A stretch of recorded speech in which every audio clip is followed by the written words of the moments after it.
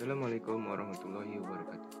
Perkenalkan, nama saya Wainur Fala dengan nomor BP 2111132024 dari jurusan Teknologi Industri Pertanian dari kelas TIPC.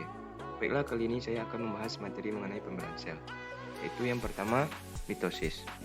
Mitosis terdiri dari beberapa fase, yaitu yang pertama profase, merupakan fase pertama pembelahan. Pada fase ini, kromosom mulai terjadi pemendekan, menebal, dan masing-masing saling berpasangan atau duet, yang berdiri dari dua benang. Pada fase ini, membran ini masih tampak. Selanjutnya yaitu fase metafase. Pada fase ini, membran inti melebur, kromosom berkumpul di bidang ekuator yang ada di tengah sel.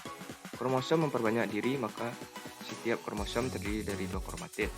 Pada saat ini, dapat dikatakan bahwa sel memiliki 4N kromosom. Selanjutnya fase anafase. Yaitu fase anafase, setiap kromosom memisahkan diri menjadi dua bagian yang sama, masing-masing bergerak menuju arah kutub sel yang saling berlawanan. Jadi, 2N kromosom bergerak ke kutub yang satu, dan 2N lagi kromosom bergerak menuju kutub yang lain. Selanjutnya, fase telofase. Pada fase ini, kromosom sampai di kutub masing-masing. Kemudian, terbentuk membran inti yang mengelilingi kelompok kromosom. Setiap kedua inti yang baru terbentuk, muncul membran pemisah. Kemudian terbentuklah membran sel yang memisahkan kedua sel anak tersebut. Maka lengkaplah sudah proses pembelahan mitosis. Dari satu sel menjadi dua sel anak. Setiap sel anak memiliki 2N kromosom. Inilah contoh skema dari mitosis. Selanjutnya, fase meiosis.